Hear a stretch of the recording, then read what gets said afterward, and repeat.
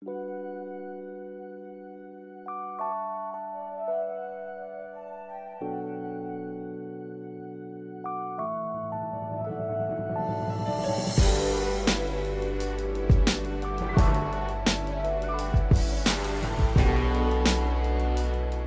guys, welcome back or welcome to my channel if you're new. So today I'm going to be showing you guys how to customize a curly closure on a closure wig.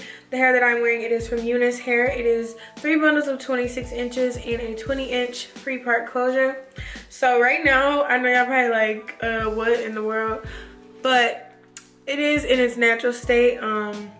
This is the same hair that I used in the video with the 2 ponytails. So I'm just going to show you guys how an easier way for you to install it this summer if you're not into frontals and for it to stay. And then I'm gonna like customize it as well because as you guys can see, it is not looking natural right now. If you guys want to see how I do that, then please keep watching. Also, the hair will be linked in the description. I will put all the links so you guys can check it out if you're interested. Right now when it's dry, this is where the 26 falls on me. And when it's wet, I'm sure it'll be like this, but stretched, it's definitely 26 inches. So, yeah.